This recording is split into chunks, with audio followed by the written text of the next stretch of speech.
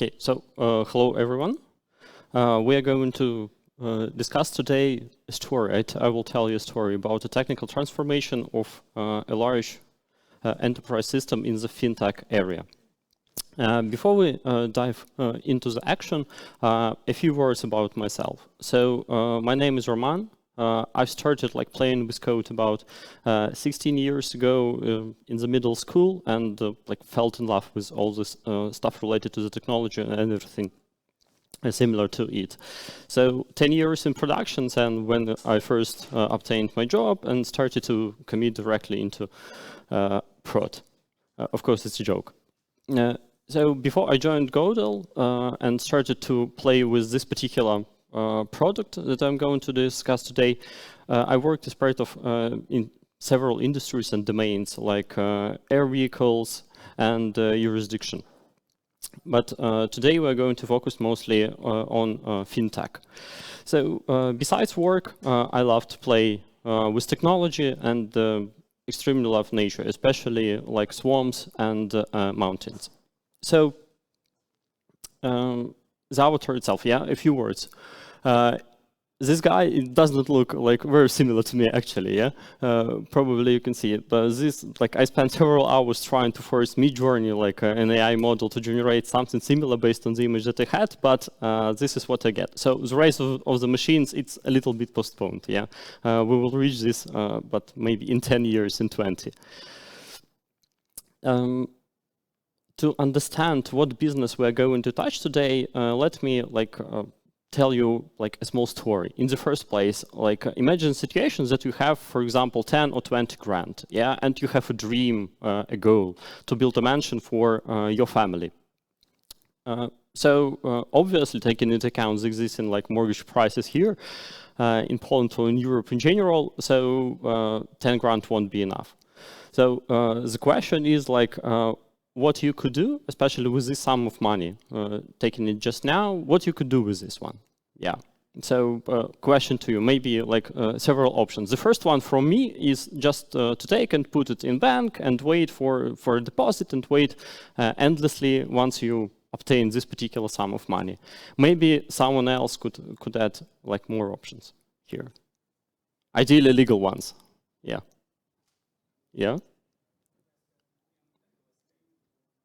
Yes, a valid one. What else?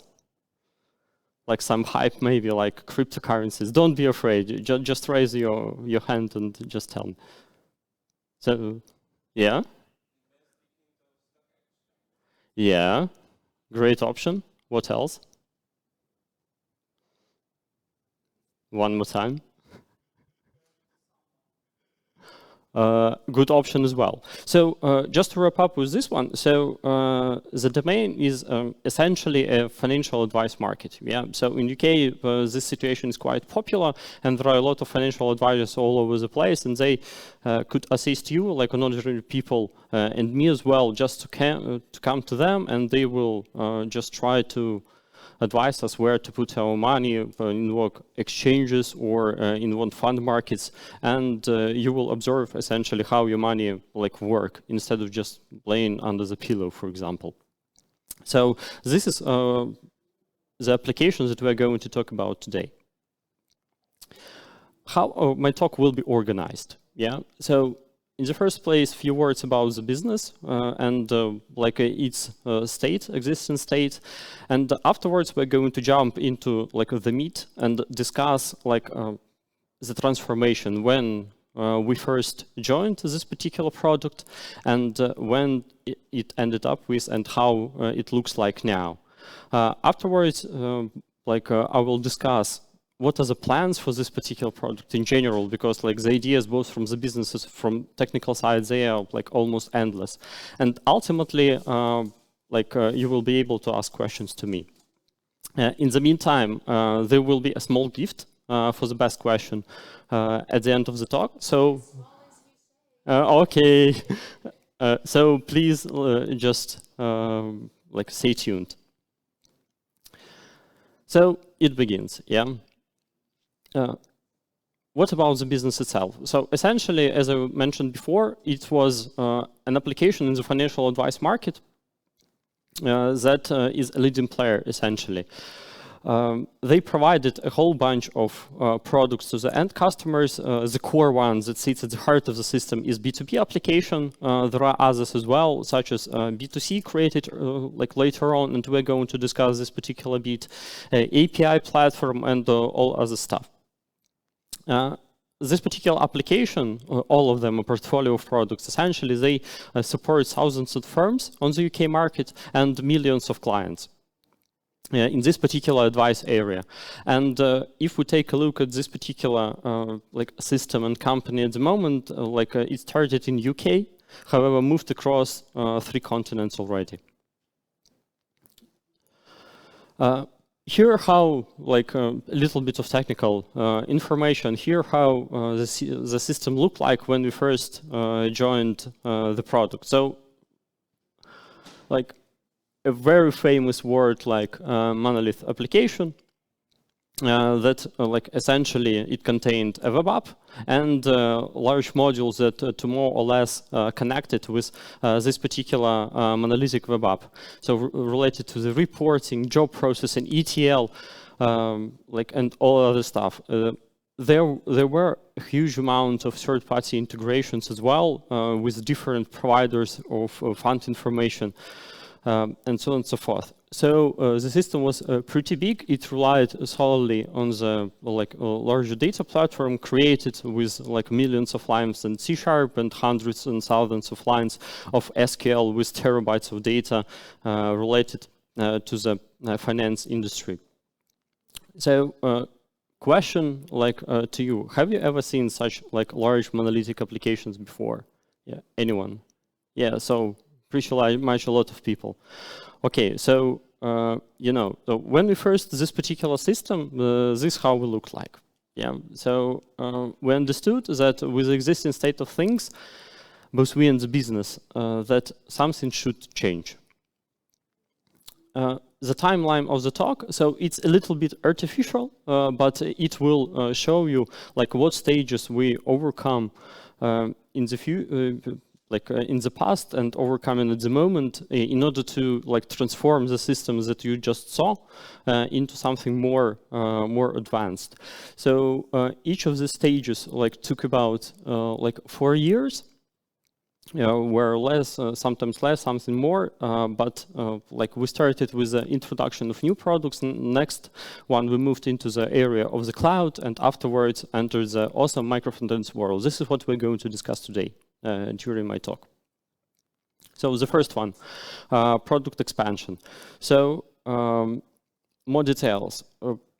I will provide rationale for the business and how technically it was approached, but just keep in mind that it took more than 4 years to complete this particular stage. So this looks like an endless thing for a startup. However, for a large enterprise, this was just fine. So where we was. So just a little bit more information. At this particular stage, like in 2014, the product already occupied about 30% of the market in this particular financial advice space. And the idea was that it was very hard with and required a huge amount of investment trying to expand more into this particular area. With a single product that we had at this particular moment in time, essentially a B2B application. So 2014, services, applications are all over the place. iPhones, you have billions of applications already installed on it, and you could use it. And what we have, with our system, is that in order to understand how much money have you gained for the last, for example, 3 months in investing, you need to call your financial advisor, create him an email, or just go to the office and ask. And there was a lot of paperwork going on and in order to satisfy all the agreements and to understand what is going on. So this was a nightmare, yeah. So and clients, users, they would like to see this instantly. Just open an application, for example, and go to the web portal. So this was the first thing. Another one is that having 30% of the market. I've already mentioned that we had a whole bunch of integrations already created and baked into the system, and more and more services started to appear on the UK market. provided, for example, specific to mortgages that we would like to integrate, or other kinds of products that we have here. And the idea was that, okay, we could build all these particular applications and integrations on our own, or we're going to make sure that they will and actually want to integrate with us. But in order to do this, we need to provide them some kind of product. Scale the development, like building integrations, essentially, versus building the actual heart of your business, it's usually like a good question to decide. However, our business wanted to move forward with the development and add more functionality to the systems that we already have. And of course, if you provide like a product to the end clients to consume and to integrate with, you need to envision and understand that like you will have like requirements from them. You will have compliance checks, and you need to satisfy like 4 nines of uptime, for example. And having the systems that we already have with like lack of proper testing, with very slow development process, taking into account the existing state of the code base, was a nightmare for us. So both business and the technical team, they understood that like a crucial decision should have to be made in order to progress with this particular system. So architecture forum. So a group of clever guys gathered in the room. Okay, it was not like a single gathering. It was like spread across like several months of discussions between the architecture team and the business, our product owners and CTO, CEOs, and all this C-level stuff. Like what we're going to do with this particular state of things. And ultimately, the following decisions were made. So in the first place, like microservices, they were like on the hype at this particular moment in time. And when the team took a look at this particular piece of work that we need to achieve from the business side of things, and technically, there was an idea that, okay, we need to create new products, a very crucial tick to distribute the system. You need to apply to provide a system to integrate with. So essentially a lot of APIs that could be used for this particular integration purposes. In addition to this, you have like to scale certain parts in order to be consumed externally that we could not provide at the moment, and we could not properly cope even with the existing state of things related to scalability and testing. And like microservices really sound like a great thing to do, especially with the necessity to speed up the development. So we're going to discuss where it ended a little bit later, but this was chosen as a way to go, and how to to approach the transformation of monolithic applications that we had. And like introducing microservices is just not just things that you could do like this.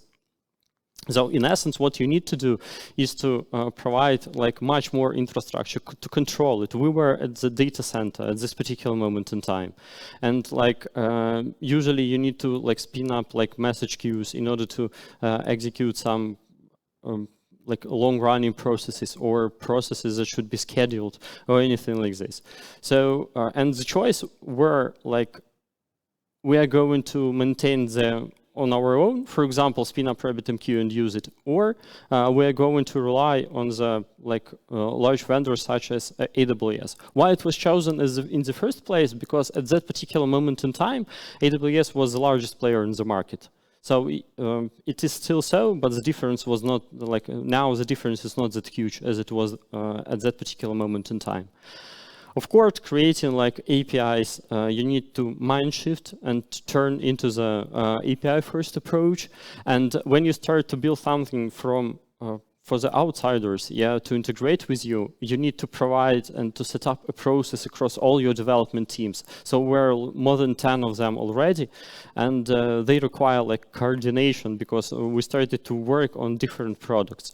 So this is where this particular Microsoft SDL process came into play. However, we will cover it like slightly a little bit later.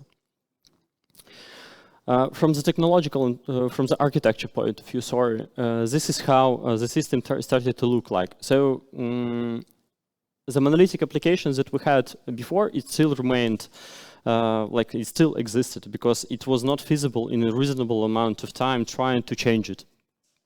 What we, however, were able to make is to move away certain modules out of this particular system, and afterward, instead of this, we introduced an integration point into this particular monolithic application, and afterwards we introduced an API platform that very soon became the heart of the system. So this particular API platform provided a way to fetch data both for monolithic applications, B2C apps, and the integration platforms that we have created.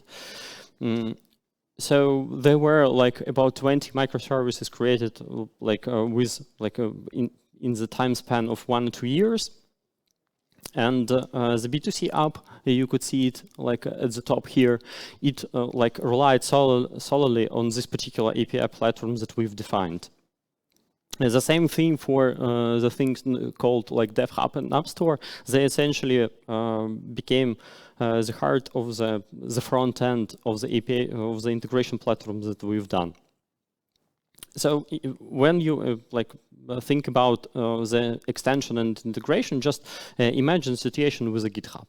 So in essence, it's pretty much the same. So there are certain extensibility points as part of the application itself, and there is a huge set of APIs that you could consume in order to integrate, to fetch data or save data or anything like this. So this was pretty much the same. The tougher thing here, just a quick note, was essentially to define all these particular boundaries and to introduce an integration into our existing monolithic application, because it was very tough to do.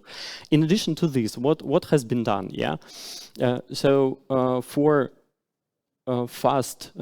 the requirement when you need very fast access to the data, we've introduced Redis. So this particular extension points in the monolithic application or some kind of configuration stuff that we already had, it essentially relied on Redis here as a long-term storage, even not for the cache.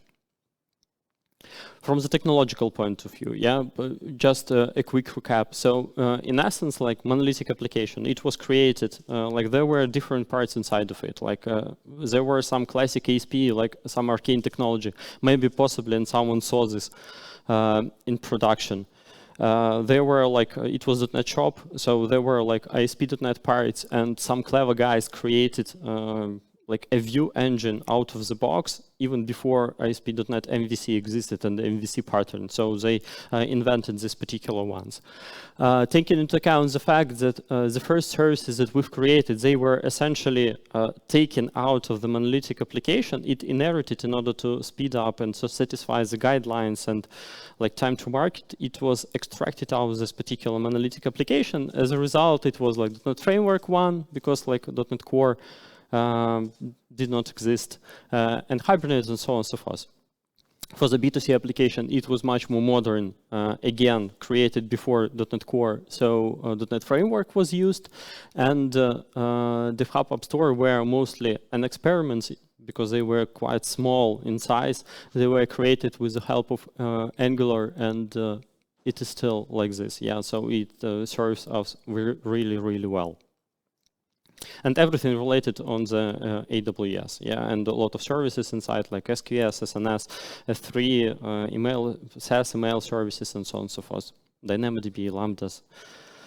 Again, a few words about the process itself. Yeah, so for those of you who are not familiar with this particular Microsoft SDL approach, so it could be described like this. In the first place, product owners and the business people, they provided an idea, a business idea that should be elaborated. Once they are more or less clear, the team, or it depended, the architect, they came into this particular process and started to define high-level and create high-level documents, such as gathering non-functional requirements, because functional ones were already in place, API designs, different kinds of researches, and so on and so forth. The heart of this particular process was actually security. So once all this work has been defined, like certain people, like architects, they reviewed this particular architecture group, they reviewed this particular designs, and afterwards it was like put into the actual development process. Yeah, so this how it looked like. So about the distributed systems itself. Yeah, so now I will cover the pain points that we faced, but there was like a talk from Adam, like before me, as part of the room one, where he covered a lot that we essentially faced at this particular moment in time. So don't hesitate, try to find him on Twitter or X or how it will be named, and just go through the slides. They will be very, very helpful. So what we faced as part of this particular exercise. So in the first place, the complexity of the system was underestimated. So like we developers, engineers, we are very bad at estimations, yeah, especially what should be done in upfront. So in essence, what it meant for us is that the idea was we are going to split this particular large monolith into modules and it will be nice and shiny. In reality, like it was done, but only a tiny fraction of what was planned was done. Why? Because the amount of dependencies that we realized when we started to dive deep into this particular system, it was heavily skipped, and we've realized it later on, and we understood that doing this in reasonable amount of time to satisfy the business is not possible. So as a result, parts of the system were extracted, however, to not the extent that we wished this to do. I will cover this slightly a little bit later.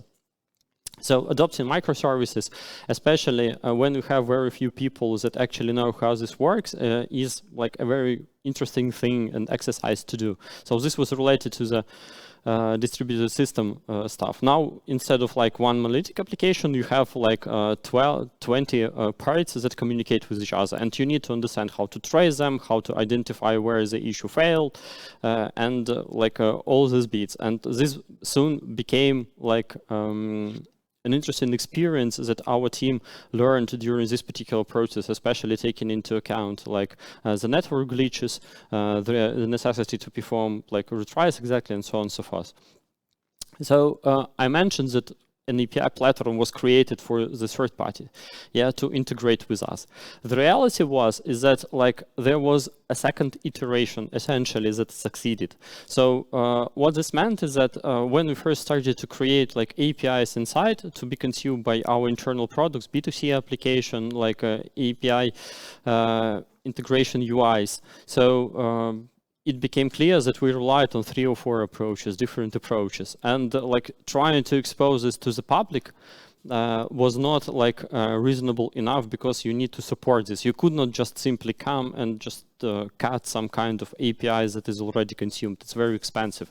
So essentially what we did is that we succeeded on the second iteration, because only the second one introduced proper guidelines. They were based on the ones that were provided by Microsoft, even though slightly simplified.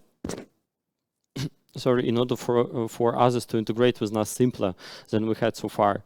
And of course, taking into account the fact that we've extracted certain modules, but we still relied on the integration on the database level, we observed deadlocks. Yeah, there were few of them when you have a transaction opened in one part of the system and it was not closed. There was a call to another part of the system that just started to open a transaction, and hooray, we are in this particular awesome state. So is anyone here observed any kind of deadlocks in your production systems? Yeah, so you very well understand what I'm talking about, especially when someone else made the change. You do not understand why a user could not log in into this particular system, and this is because we have a deadlock somewhere. So this was a nightmare. And the Microsoft SDLs that I've mentioned, so its adoption was long. Really long, because when the team does not fully understand all the process, it produces a lot of questions to the architecture teams. They need to provide additional education, even though the first one was held. And when they built muscle in order to create all the stuff, it took time. essentially. So another way, another thing to cover is Cloudify. Again, it took about 4 years to complete. However, the first two were quite slow-paced because it was not required like such heavily by the business. We started to rely on AWS and relied on its services. However, the actual investment started to happen only at the stage when we needed to move into the new markets. So essentially, new markets, I mean like the setup at another continent. So in our case, it was UK, later on it became Australia, and ultimately it became United States. So essentially you need to expand we were in data center mostly, yeah. So we relied on AWS, however, the major setup was inside of data centers. And there are like multiple possible ways how this might be achieved. For example, spin up a team in particular region, however, it was like abandoned, yeah. And the idea was is that we're going to have like single pipelines, we're going to have single setup and single services. It will be spinned up in different parts of the world. So this is how, this was the major incentive to move away out of the data center into the cloud. Additional ones was the desire to reduce the cost of in-house infrastructure. The most painful was the cost of Windows licenses on all of our machines, especially SQL Server. However, this has not been fully resolved, and we're going to cover it a little bit later.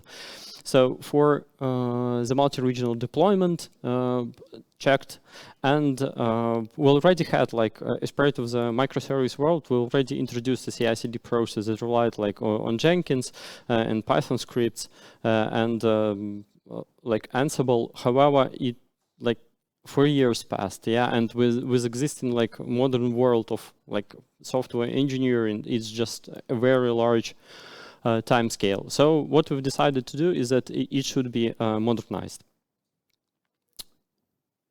A lot of things to do, especially move all our Windows shop into the cloud. What should be done? Yeah, so architects and the business team, they gathered together. There were like additional like cloud and DevOps teams involved in order to support with this one. And the decisions that we came up with were the following, essentially. So we decided that like Windows licenses, yeah, we would like to be consistent with everything and have a much more predictable like control of our infrastructure. Then we need to move into the Linux world, and there were like a lot of tools created already, like Kubernetes and so on and so forth, for this to work properly and orchestrate. So we decided to update to .NET Core. So for those of you who are like not a .NET shop, so essentially .NET Core is a more updated and up-to-date essentially version of .NET that runs like across different operating systems. So okay, we are going to have .NET Core. We are able to deploy into Linux now. We would like to rely and to orchestrate all our services. It were like more than 40 at this particular moment in time already created. So we decided that all this stuff should be like orchestrated via like some ready-made systems such as like HashiCorp, Nomad, or Kubernetes. And later on, like, okay, we have B2B applications. The thing is that we had like different parts of the systems that depend solely on the document processing. There were like several terabytes of data, of documents, and what made our like things worse is that there were like 2-3 approaches how these documents were stored. They were stored, okay, on RAID in our data center, but like there were various ways how these were done, and as a result, we needed to resolve this as well. So essentially, the desire was like to follow one of the most straightforward approaches to move into AWS S3, and it is much cheaper than hosting this inside of your infrastructure. And of course, like having in data center, the infrastructure means that you are managing them very often by your own. And the desire was that we are going to rely on the managed services as much as possible because we're going to live in different locations.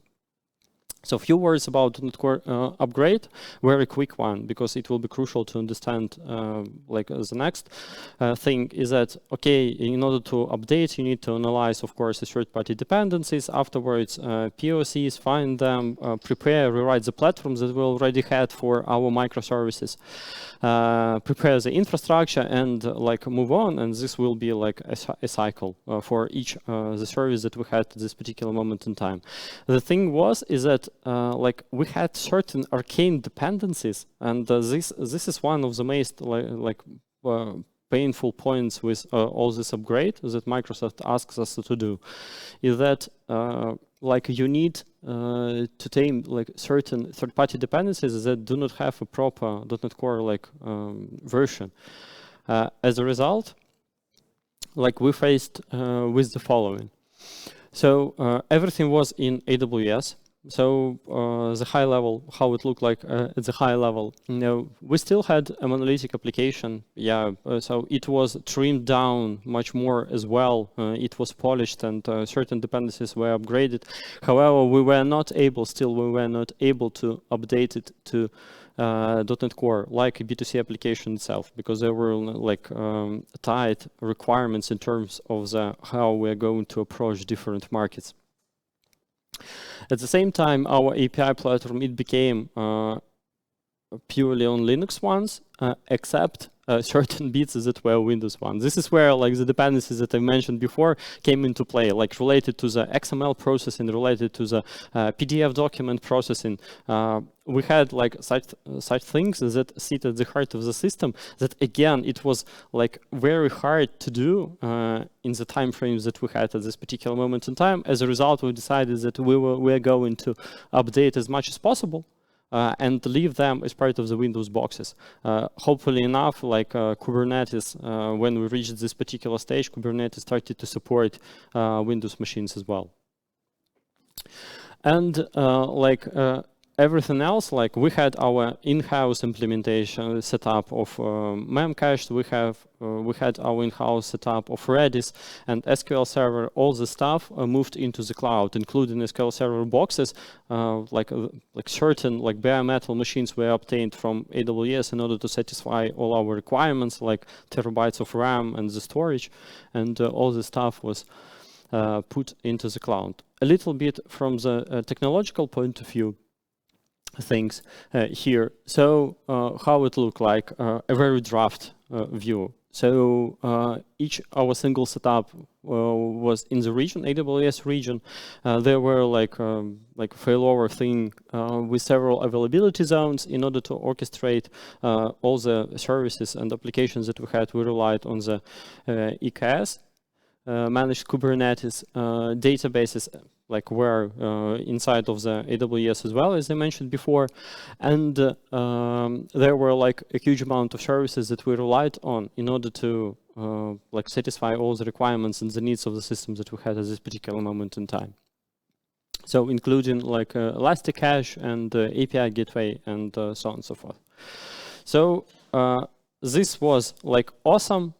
However, yeah, so the reality is that our product owners was not so happy with what was done. Why? Because understanding and creating such kind of systems, large system, was very tough. So updating them to the newest version, especially taking into account that they are still only at a certain fraction covered with tests, that so that we could ensure that we perform the regression very well.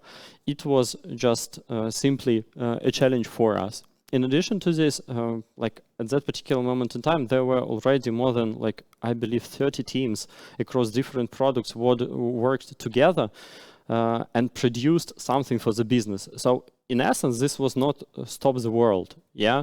So what was done is that teams created the business features to expand further for the markets as well. And at the same time, we needed a way to update everything to the AWS. and to move everything into the AWS. So coordinating such kind of project with such amount of teams was very tough as well. So like we've missed like a couple of deadlines, but anyway, we're able to achieve this. Yeah, and of course there were like several incidents occurred related to different stuff, like switch to the newer version of document storage that relied on the AWS S3. Lacking of configuration, because like large systems, Cloudflare recently had like a bunch of issues related to their setup.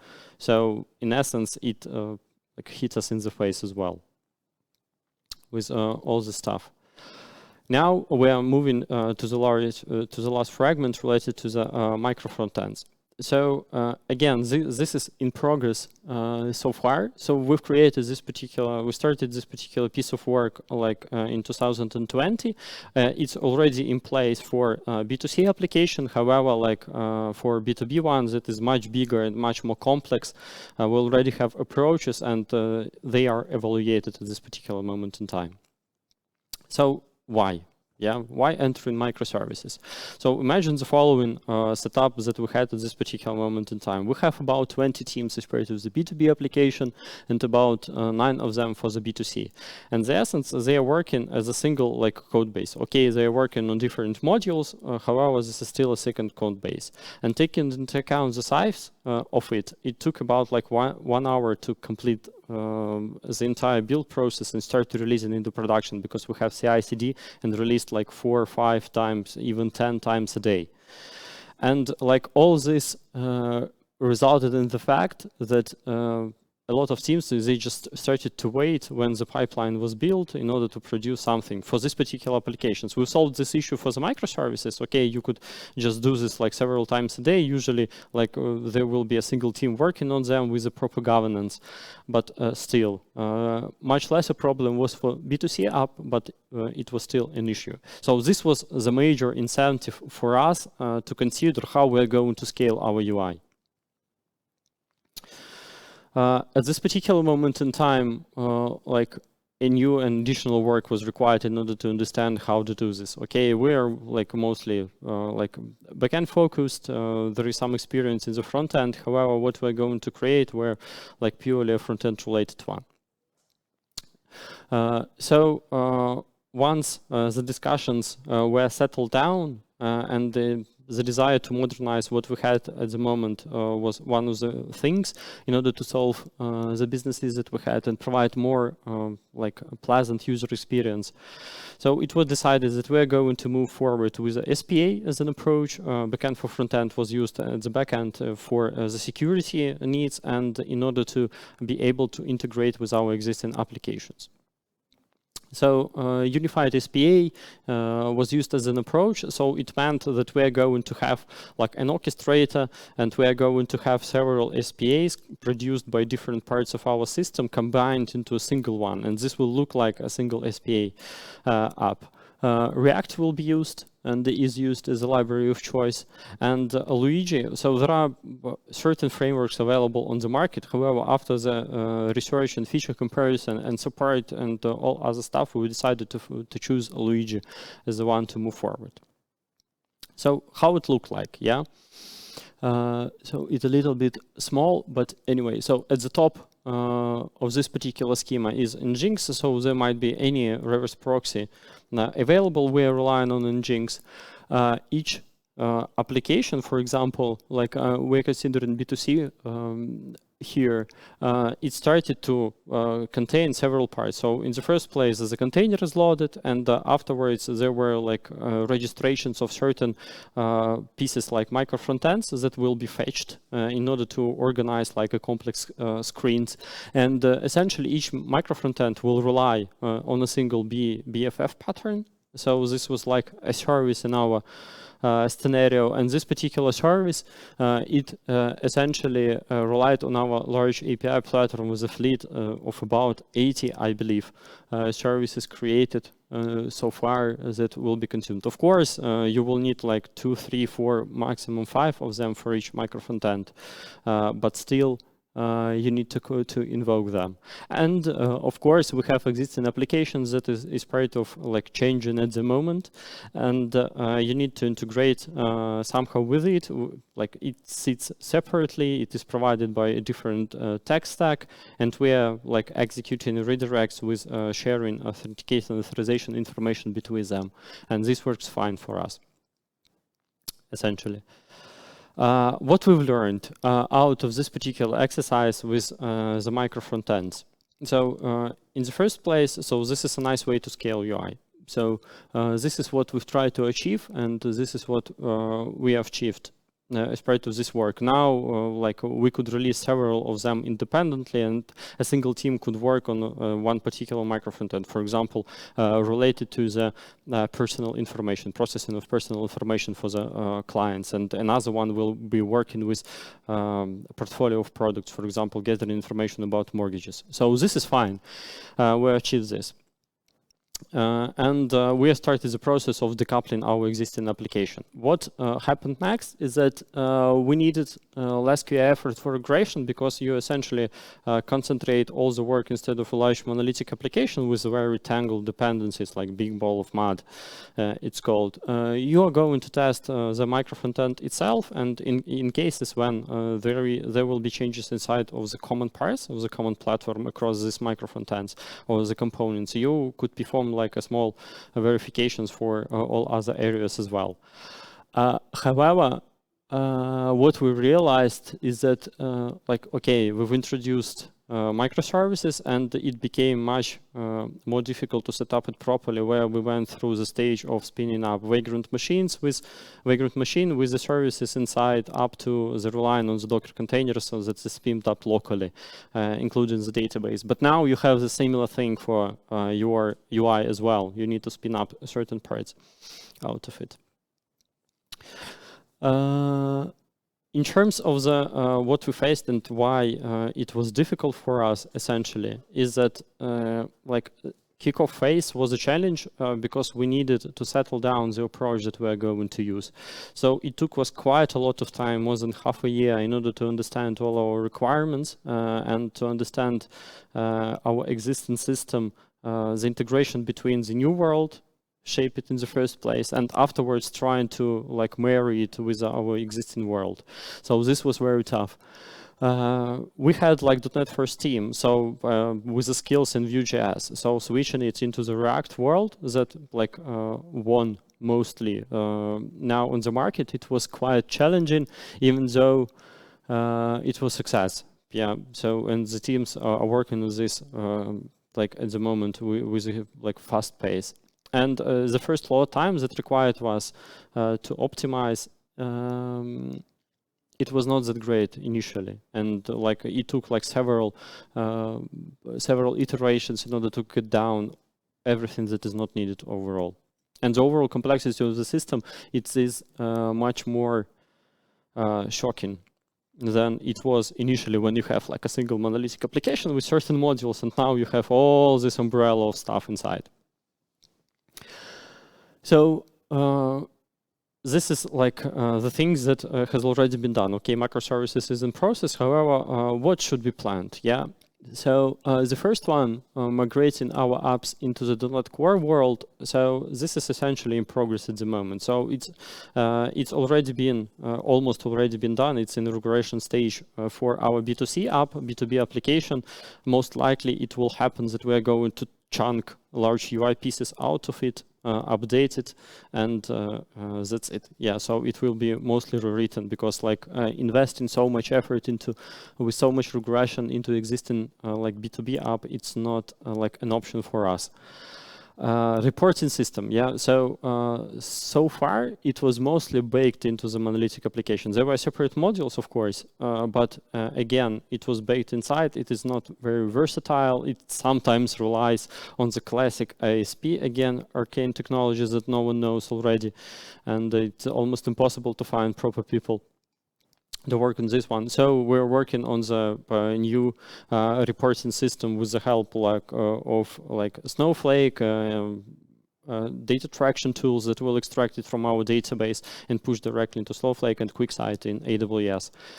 And the idea is that we would like to move away from a massive scale server just because we already face situations when we could not tame it in terms of the performance. So we are throwing hardware mostly on it, like more memory, faster disks, faster replication between the instances.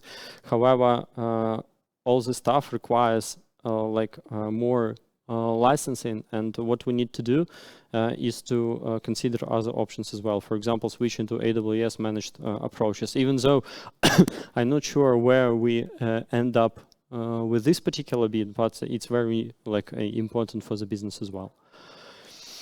So that's it from my side. So thank you. Maybe you have any questions. So it was quite like a fast discussion, but possibly, yeah, you would like to clarify something.